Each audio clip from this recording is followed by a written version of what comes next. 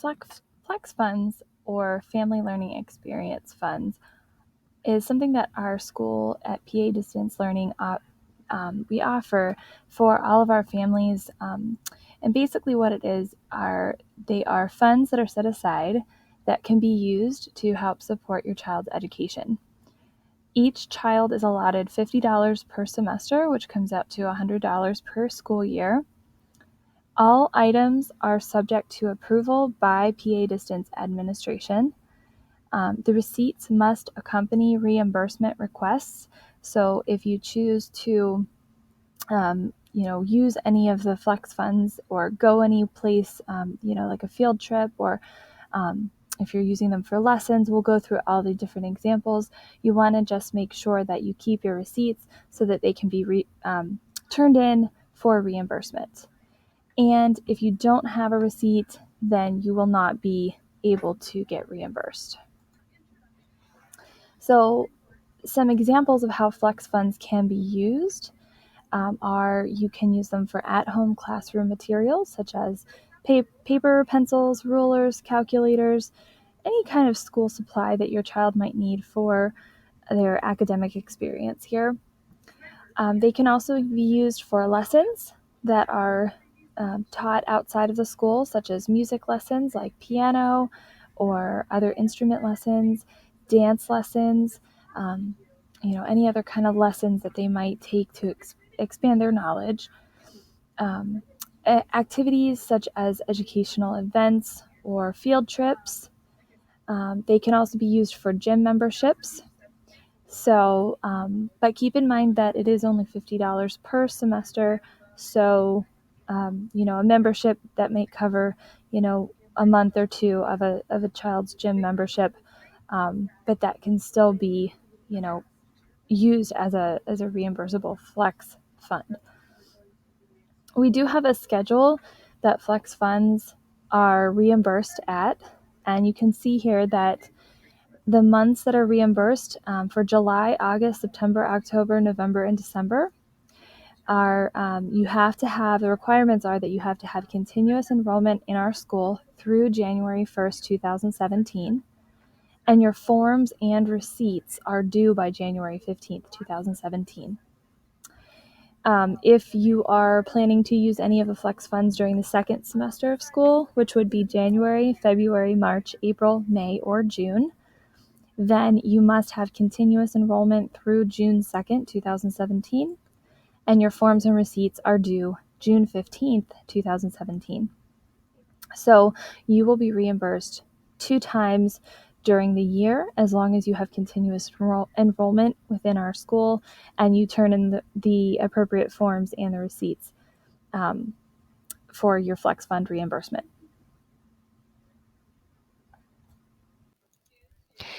Internet reimbursement. You are able to get reimbursed for internet service. You must be enrolled for the entire quarter in order to be eligible. Withdrawing terminates your eligibility for reimbursement. Here you see the internet reimbursement schedule. In order to be reimbursed for July, August, and September, your student must be continuously enrolled through October 1st. The forms and receipts are due on October 17th. In order to be reimbursed for October, November, and December, your student must be continuously enrolled through January 1st, and the forms and receipts are due on January 16th. This chart shows you the dates for the rest of the school year as well.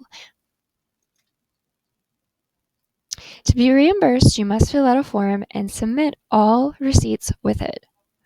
Forms and scanned receipts need to be emailed to Mr. DeJoseph at the email listed below. You can find the forms at sis.padistance.org in the Student Services section. This year, we will be offering a variety of fun classes, including technology classes, health and wellness classes, and French and Spanish classes. Feel free to sit in along with your children on any of these classes. We will be offering school assemblies to students and families once per quarter. These assemblies will reflect one of our monthly themes. Possible assembly activities include guest speakers, demonstrations, recognizing students, competitions, and more. This schedule outlines our future parent nights. You see, they are offered at a variety of different times to accommodate different schedules. During these parent nights, we will be talking about upcoming events, and they will also be tied to the monthly theme.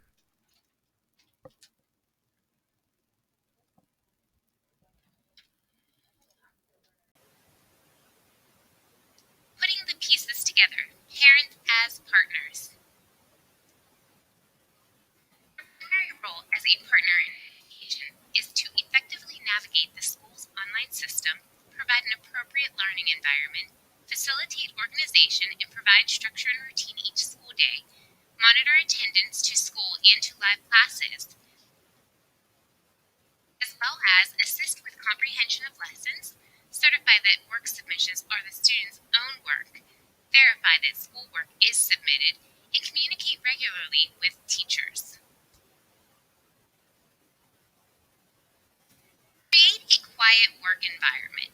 Set up a workstation for school supplies and materials. Within this designated work area, distractions should be limited, meaning no TV, video games, loud noises, or other children in the work area. A daily schedule is very helpful. Establish a daily routine. Develop a written daily schedule and post at workstation. Map out students' day and build in breaks, mealtime, and exercise. To be a successful partner in education, it is important to actively monitor your student throughout the day, check in on the student frequently, and ask them to show you. Don't tell me, meaning they need to show you their work instead of just telling you that they have completed it for the day. Check schoolwork completion and submissions daily, and check grades on a weekly basis. It is also important to provide support. Stay actively engaged with your child's education. Check your parent email daily. Review lessons or concepts if your child is struggling, and communicate progress and concerns with the teachers. Communication is key. Contact teacher and/or counselor with concerns. Email and call at any time and ask questions. If your child is struggling with academics, contact the teacher and make him or her aware of what you are seeing at home and/or how long it is taking your child to complete their daily coursework. If you have parental concerns that your child is struggling emotionally, you also want to contact your child's school counselor, and you can also contact a member of our SAP team. SAP is designed to assist school personnel in identifying barriers to academic achievement, including tobacco, alcohol, gambling, mental health issues, and illegal substances, as well as all other issues outside of academics which pose a barrier to a student's learning and school success. If you have any questions, please do not hesitate to call us. We would be more than happy to help. Welcome to our parent session on how to navigate the online system. This is Mrs. Katie Hiles and Mrs. Tanya Contos.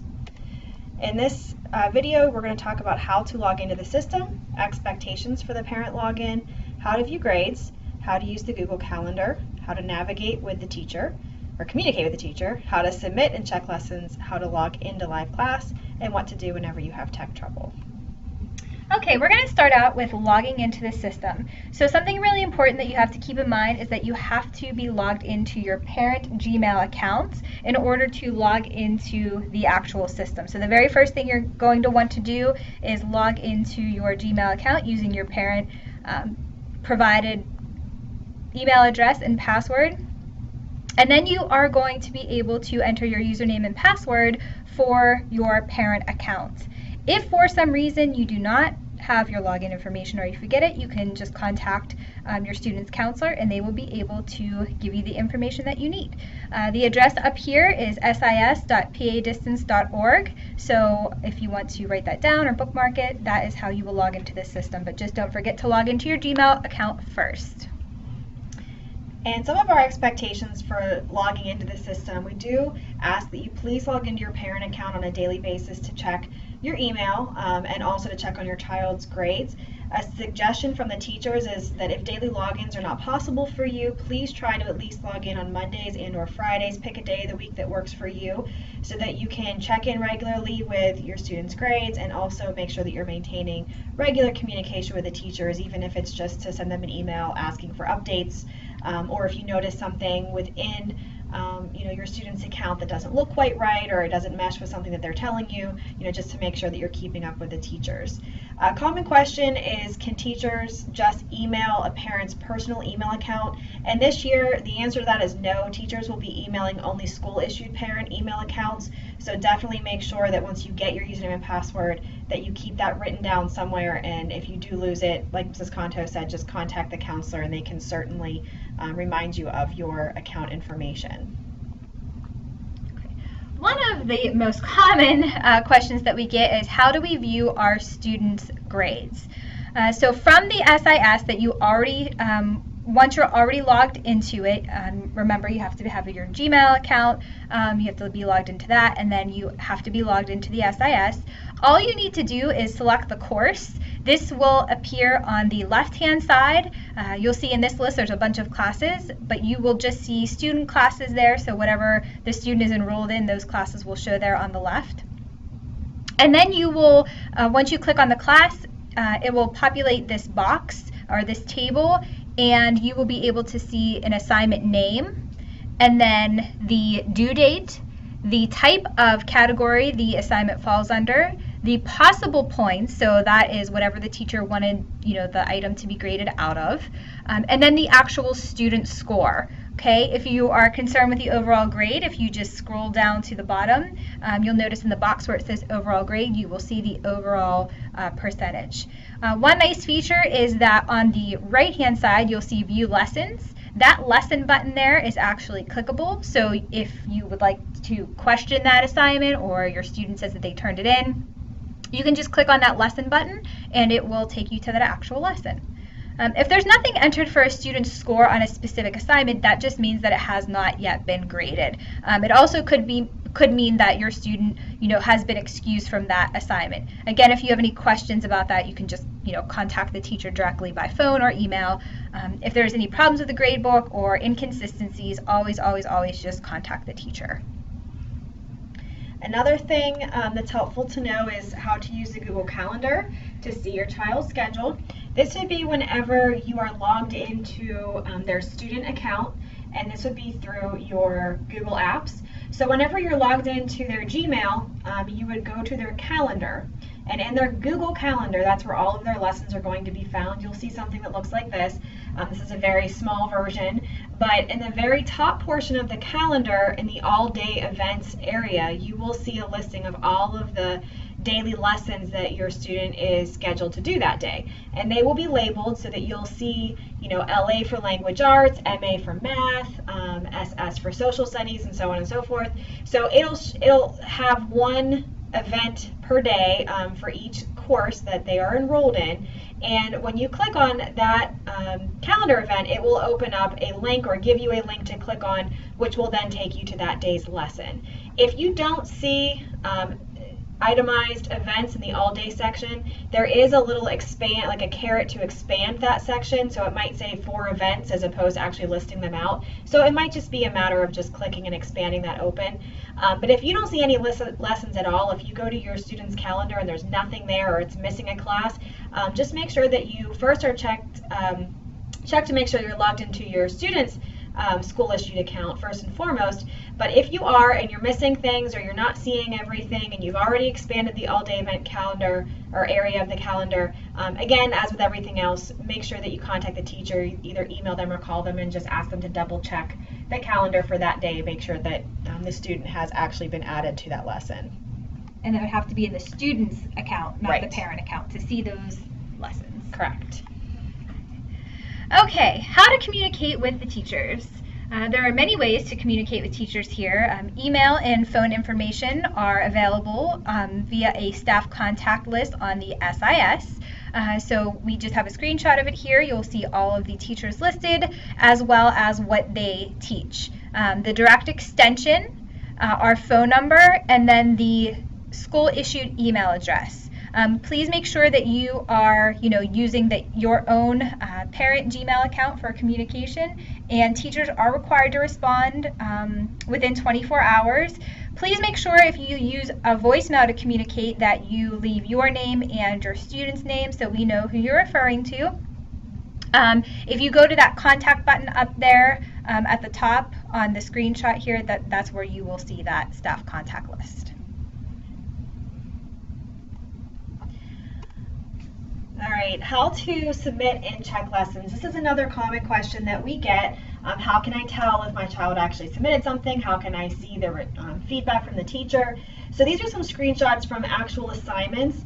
This would be if there's an assignment to submit, which means you might have a place for them to upload a document or to actually type in a response to something. What you will see, the first screenshot there says submission status, no attempt, grading status, not graded, and there is an add submission button that you can see. That means that in this lesson there is something to submit, but it has not yet been submitted. So if you are checking on a lesson and you see this, that means that your child has something to do that day and they haven't done it yet. If they see the second screenshot where it says submission status submitted for grading, grading status in this case says not graded, or if it is graded, there will be like the score will be listed there. It also will give you a preview of what was submitted with the online text, or it will tell you what file, the file name was submitted. So you can review all of that information. If you see this screen, that means that the lesson has been submitted successfully. They turned something in, and you can then see whether it's been graded or not, and if it has been graded, what the score is. Finally, if you see the last screenshot at the bottom of the lesson that says submission status, the assignment does not require you to submit anything online, grading status not graded, that means there's nothing required to be submitted for that lesson. There might be reading to do or activities to do to build on another activity, but for that particular day, there's nothing that needs to get submitted. That's for an assignment. If they have a quiz or an exam that you want to check on, from your child's account again, if you're looking at the actual lesson that has the quiz or the exam in it, on the left-hand side of this page, you'll see two screenshots. One is what your student will see whenever they are completing and submitting a quiz or an exam. The first thing they have to click is submit all and finish, and then they get another pop-up that will just ask them to verify that they want to submit all and finish. They have to make sure they click both buttons. They can't just answer all the questions and then close out. If they haven't clicked these two buttons, it's not going to actually submit the quiz. So how you can tell if it's actually been submitted is on the right-hand side of the screen, it says status finished. It gives you the grade out of whatever the possible points are, and then there's a button for you to review their answers. In this case, not yet graded means this quiz had some short answer questions that the teacher has to manually grade, but if something is multiple choice or true false that is a real quick grade, those will appear right away. So if you see the screen on the right that has the state of it being finished with a grade or not yet graded, then you know that your student did in fact submit that quiz, and it's just a matter of time before it's graded. If you do see something is submitted but it wasn't graded, that's a question too. This is something really important to keep in mind. You must contact the teacher because we are not notified of any submissions past the due date. We don't get any notification from the system. So if your student turns something in a day or two late, we might not know it's there. So if that does happen, just make sure that you, again, send the teacher an email or maybe a voicemail and just let them know, hey, this lesson needs graded. It was just submitted, even though it was a day late or so. Okay, how to log into live class from your child's Google Calendar. So again, the student needs to be logged into their Gmail account. When they click on the calendar tab, instead of going to an all-day event, which Mrs. Hiles explained earlier, which will appear at the top, the live learning classes are scheduled by time. So when you're looking at the Gmail calendar, you will see the times there on the left, and then you will see what an invitation to a live learning session will look like there in the box. So it might say, LLS for live learning session, at 11 a.m. In the title. So all of the live learning sessions are scheduled by time, and they will not appear in the all-day event. So it's important to look at the actual time. So once you click on that event, from your child's Google Calendar, you will see a link in the description, and once that link is clicked, it will launch the Live Learning Classroom. You will then see the box on the right which says the Live Learning Account Center. Very important thing to note is that the student does need to enter their full name. That's how we take attendance. So no nicknames or anything like that. Please enter with the full name of the student. And then also email address is the second box, and then you do not have to worry about the third. Is live learning mandatory? Yes. If a live class is going to be missed, it is very, very important that the teacher is contacted in advance, because the student will need to either watch the recording or make up a lesson or a part of a lesson that they missed. So just to recap, back to the Gmail calendar, the live learning sessions are scheduled by time. You just click on that event, and then the link for the live learning session will be in that invitation. And finally, if with any of these tasks you do experience some tech trouble, there are some simple strategies that you can try before calling tech support. First one that you can always try is just to shut down the computer and reboot. Sometimes that just makes all the difference. You can also try clearing your browsing history and any of the cookies within your internet window. Sometimes things get jumbled that way. Check to make sure your pop-up windows are being, or if your pop-up windows are being disabled from a site. If they are, sometimes that's going to prevent you from seeing important messages. Double check that the username and password are correct. If you need to contact the counselor, if you forget what that information is, definitely do that. If the issue is within a document or a link that's within a course lesson, that's when you contact the teacher. It might be something on their end that they need to refresh or reload. If you can't figure out your problem from there, if these things don't work and you're still experiencing technical issues, you can contact technical support. The number is on that staff contact list that we showed you earlier. It's the main school line, and you would select option 2 for technical support. So that's our presentation on how to navigate the online systems. Hopefully you found this helpful, but definitely reach out to the counselors or teachers if you have any trouble along the way. Thank you. Thank you. This presentation is going to cover the attendance and testing expectations at PA Distance Learning for this upcoming school year, 2016 to 2017. Our objective today is for you to know and understand the following items by the end of this video.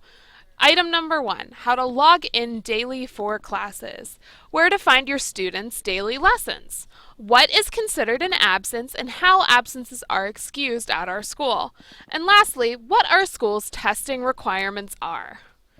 First off, daily logins is crucial to succeeding here. So in order for your student to excel and do well at PA Distance, they need to visit school on a daily basis. And the way we visit school in the cyber world is we log in to the school website.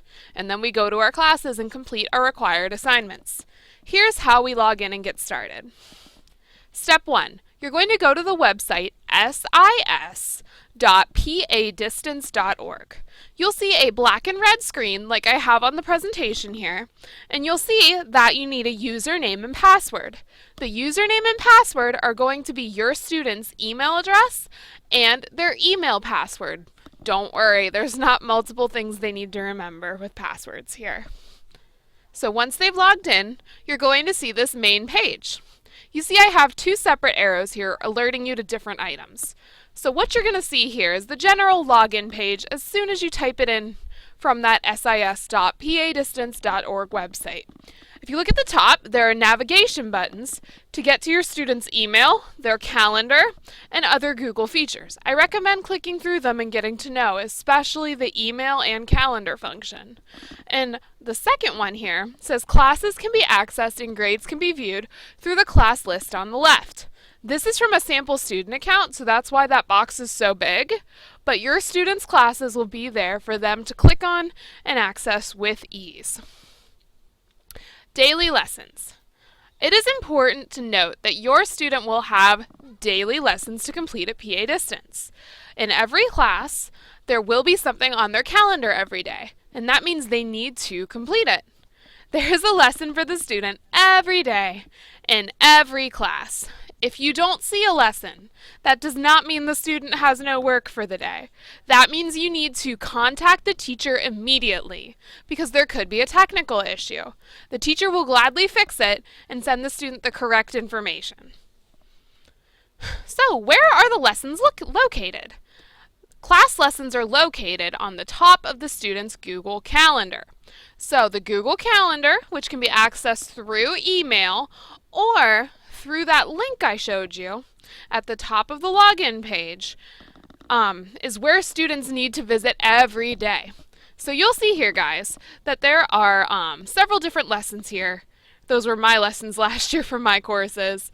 But the student would have to visit every single lesson on the top of their calendar every day to get all of their work done for school. Live classes are located at the time they occur, and attendance for this is mandatory. So what I've shown here is a little what the test students login looks like. So as you see, they have a live class scheduled at 9, a live class scheduled at 11, and sometimes they have other items thrown in as well.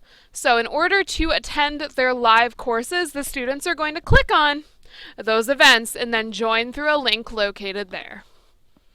Live class expectations. Students are required to attend their live learning classes.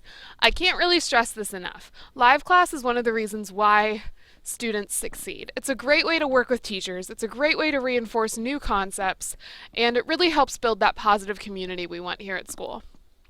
Each student will receive a live learning schedule prior to the start of school.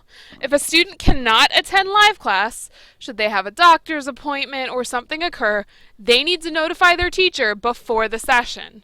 If they have a live class at 9 a.m., they should not be letting the teacher know at 9:15. Be proactive and have your child email prior. If you don't have internet, you need to first contact your student's guidance counselor.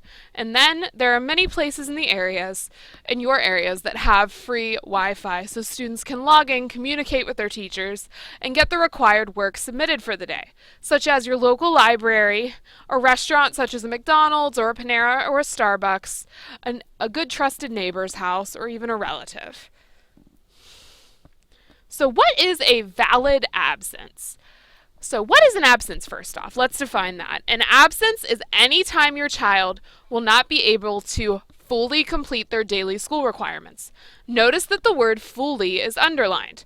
This means that if a student cannot complete every single assignment for the day. So, kind of important to notice there.